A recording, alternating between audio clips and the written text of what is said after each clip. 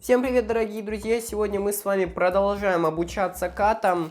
И сегодня у нас на обучении индекс кат. Выглядит он вот так. Вот.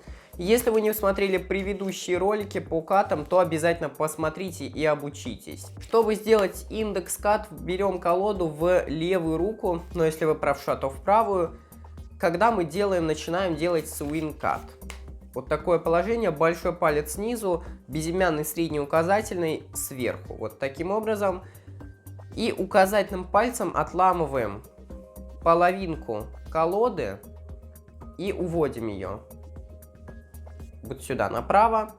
И теперь вот у нас тут есть небольшой уголок, и сюда подставляем средний палец.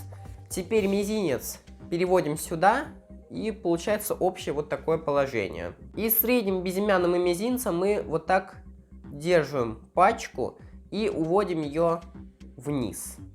А вот эту стопку мы кладем вот сюда, перехватываем средним пальцем и задвигаем ее вниз. То есть мы просто поменяли стопочки местами. Еще раз.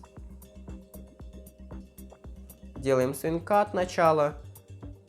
Разъединяем и меняем местами и задвигаем. Вот весь и индекс кат, но также вы можете сделать его на обоих руках, и это будет тоже смотреться эффектно.